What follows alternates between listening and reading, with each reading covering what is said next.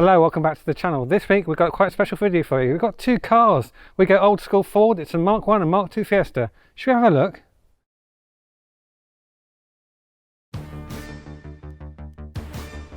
Developed under the project name Bobcat, the Fiesta was conceived way back in September of '72.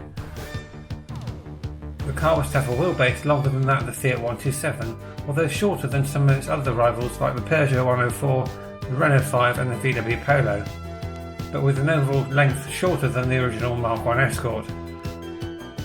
The project was finally approved for production in December '73, with Ford's engineering centres in Cologne and Essex collaborating. Ford planners had started work long before 1973, when the Arab oil crisis rocked the world, because they'd long since detected a changing attitude to motoring, a powerful trend towards the smaller car, and the oil shortage, which for a while almost emptied the streets, served only to confirm their judgment. Ford estimated that over 500 Fiestas a year would be produced and built an all-new custom factory near Valencia in Spain.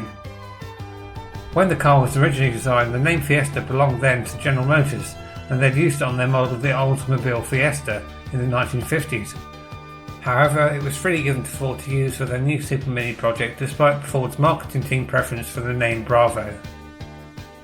And in December of '75, the motoring press got its first glance at the new car that Ford officially announced as and would be called the Fiesta. Without further ado, I shall hand you over to Bruce and he can tell you a little bit more about this car and why he bought it. Bruce, hello. Hello everybody. Yes, this is my 1982 Y-Reg Mark 1 Fiesta gear. Literally bought it last week. Come from a little village called Axbridge up in Somerset, hence the Somerset registration on it. Yeah. Obviously being a 1300 gear, it's got a few little differences to the base models, such as around the bodywork on the later facelift gears. Obviously the later Mark 1s had these bigger bumpers with these bigger overriders rather than the smaller skinny bumpers. On the later gear models, and it was only the gears that had it by the way, was this very fashionable 80s stripe down the side, which is original on this car, and these rubbing strips with a little silver highlight. And it's obviously got the gear alloy wheels on this car as well. We've got tinted glass, we have this extra chrome trim around the windows.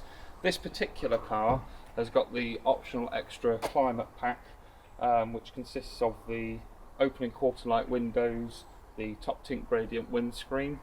Other little differences on the later Mark 1s to the earlier Mark 1s, again only on the gear models, we have these factory side repeaters on the front wings.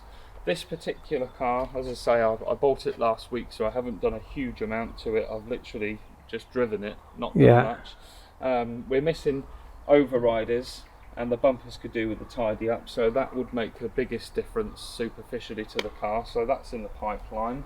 Obviously gear, we've got an adjustable driver's mirror as well. We've got a glass removable tint sunroof. Removable? Yeah, you can remove this from the inside the car.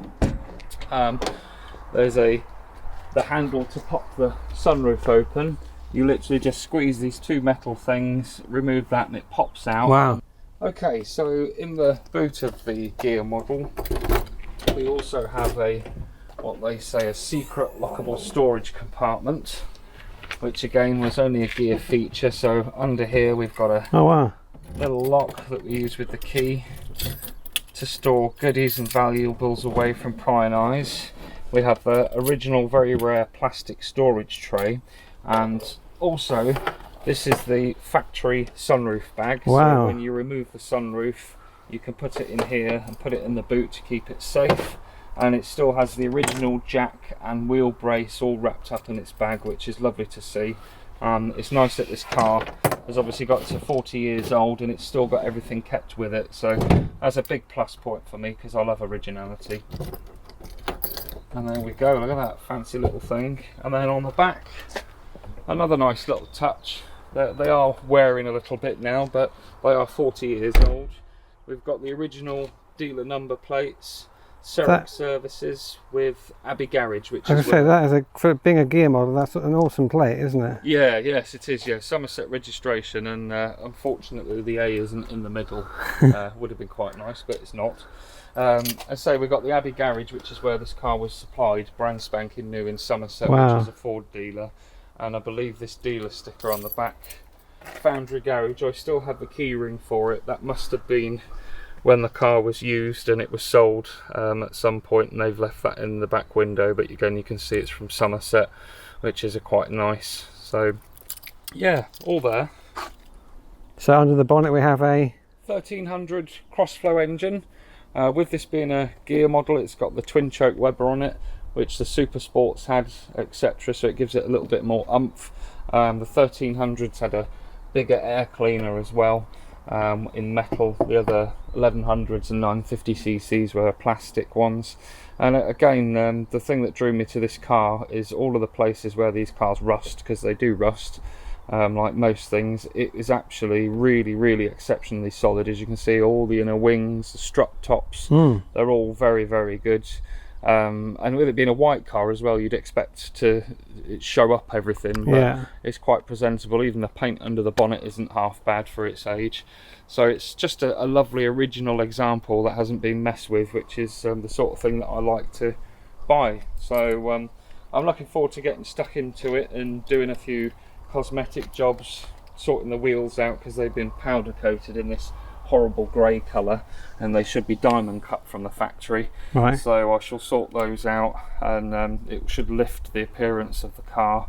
And again, like I say, the bumpers, just putting some bumpers on it will really lift this car cosmetically, because they do look a little bit tired. But in respect to all the bodywork, the vast majority of it is actually really good. It just needs a few little touch-ups here and there, which we'll get round to doing. But at the moment, I'm just sort of enjoying using it and driving it, because it is on the road. And while the weather's good and it's warm, I thought I'd just put some miles on it first and bond with it and see what it's like mechanically. And touch wood, so far, it's as sweet as a nut.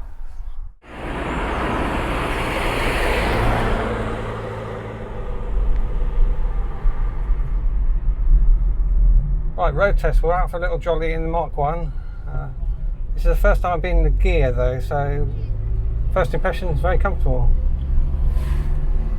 So this is obviously the top tier when it came to what models you could buy, wasn't it? Because the gear was like the...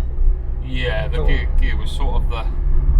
I wouldn't want to say OAP spec, but it was sort of the more restrained, refined specs rather than the Super Sport or the XR2. So it wasn't a sporty model, it was more of a luxury model, if you can call it that. But I suppose back in the day when this car was new, it has got a fair few bits and bobs on it that aimed at the luxury market. So yeah, with it being a 1300 gear, the gear model has such plush luxuries as velour seats in the later model, with these nice padded headrests. I noticed the digital clock there. Yeah, we've got a digital clock, which unfortunately the bulb's gone in the back of it, so I need to fix that. Yeah, so we've got a digital clock with a trip computer, which is very much the same as what you've got in a Mark III Escort gear. And obviously with it being a gear, you get these trims which cover the top of the doors, so you don't see the actual body colour. You get these bigger armrests, etc. inside, velour trimmed door panels. You get a soft feel dashboard with a glove box lid, 4-spoke steering wheel, deep pile carpets. It's quite a late gear, isn't it? Yeah, this is a 82 on a Y reg, and they went up to A reg was the very last, so it is one of the very last Mark 1s with the bigger bumpers on them. I'm noticing the quarter light windows. No, those are, it's what's called a climate pack in the dealer brochure. Oh. Because obviously air conditioning back then, you wouldn't have got it on a car like this. I think it was only really the Granada that was an optional extra back in those days. So yeah, it's got the opening quarter lights, it's got the top tint gradient windscreen, which was part of the climate pack as well. One of the favourite things that I love about the late gears is this mahogany walnut effect fascia. I've always quite liked that. It is plastic, but I do like it. It gives it a little bit more of a air of sophistication about the car. I think they were trying to sort of make it feel like a gear should. And you've got the radio cassette, which works, but we won't play that for copyright reasons. And on the earlier ones, you've got a clock down here instead of a flocked coin holder. But with this moving from the 70s to the 80s, they ditched the clock down there and you've got a digital clock at the top end. So that is another little bit of a difference between the earlier Mark 1 gears and the later ones. But how does it compare to a Mark 2?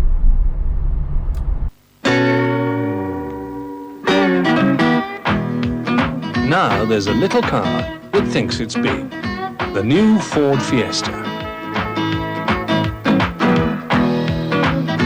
It's got new big car looks, smoother, more efficient. New trim for big car comfort. And a new big car dash.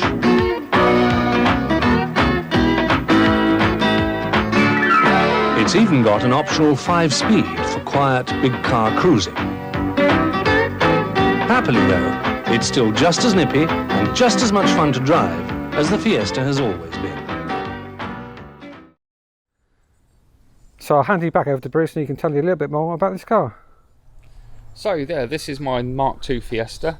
This particular car is a L spec, so it isn't a base. The base model was a Popular, rising to Popular Plus, and then this being the L model. Being the later L model, it has got the gear style dash, the same that was fitted to the gear in the XR2s. The earlier L models had the same sort of dash as a Popular or Popular Plus.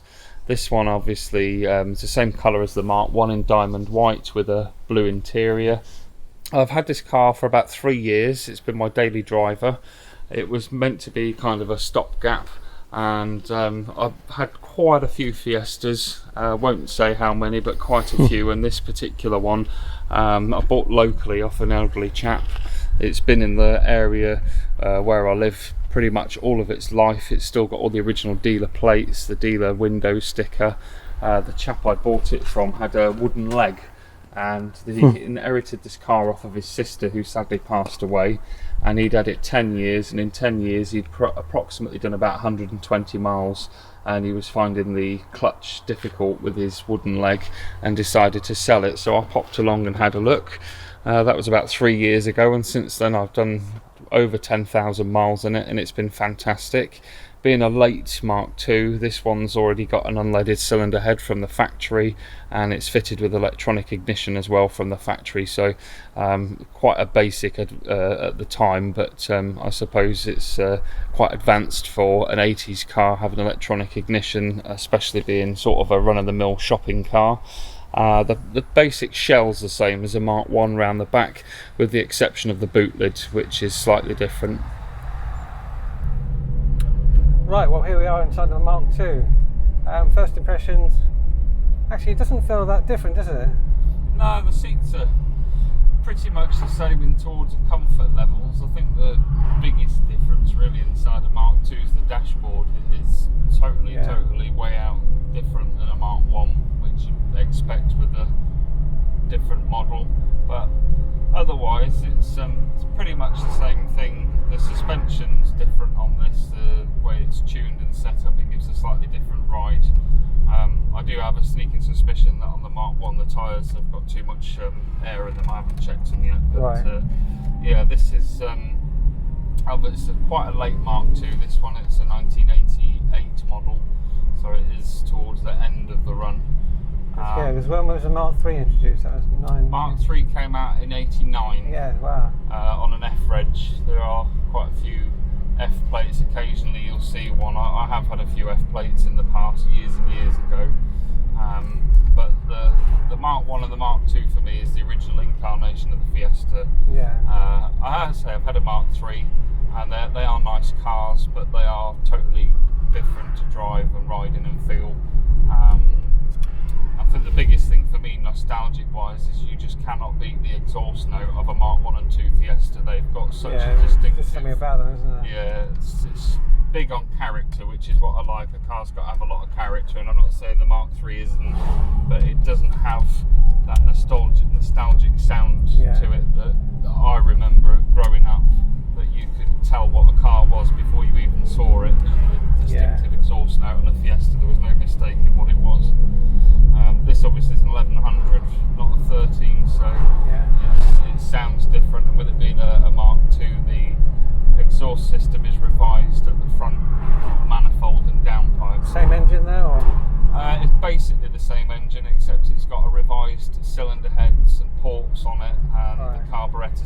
slightly different, but it is a cross-flow overhead valve engine. Yeah.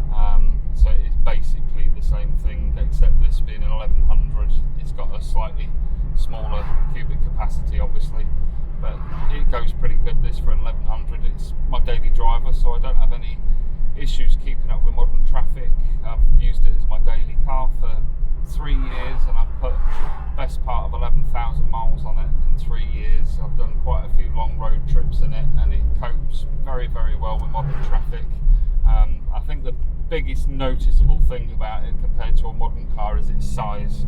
Obviously modern cars, they're a lot bigger, and once you park this at the side of a new Fiesta, it does look absolutely minuscule and tiny, but that's its character, and that's what I like about them.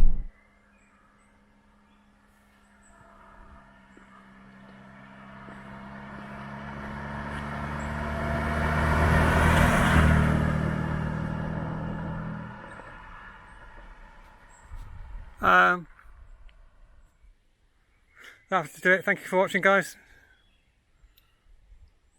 See you soon. Hope there's a bus stop round here. Yeah, Bruce?